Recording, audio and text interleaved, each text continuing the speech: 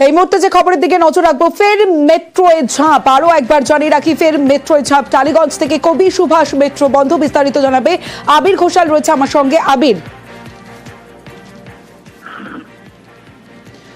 শোনা যাচ্ছে? দেখো, ফের মেট্রোতে আত্মহত্যার চেষ্টা। কবি নজরুল স্টেশনের যে ঘটনা, এটি ট্রেন দক্ষিণেশ্বরমুখী ছিল তখন এই ঘটনাটি ঘটেছে। আপাতত তার জেরে টালিগঞ্জ থেকে দক্ষিণেশ্বর থেকে টালিগঞ্জের মধ্যে মেট্রো চলাচল করছে।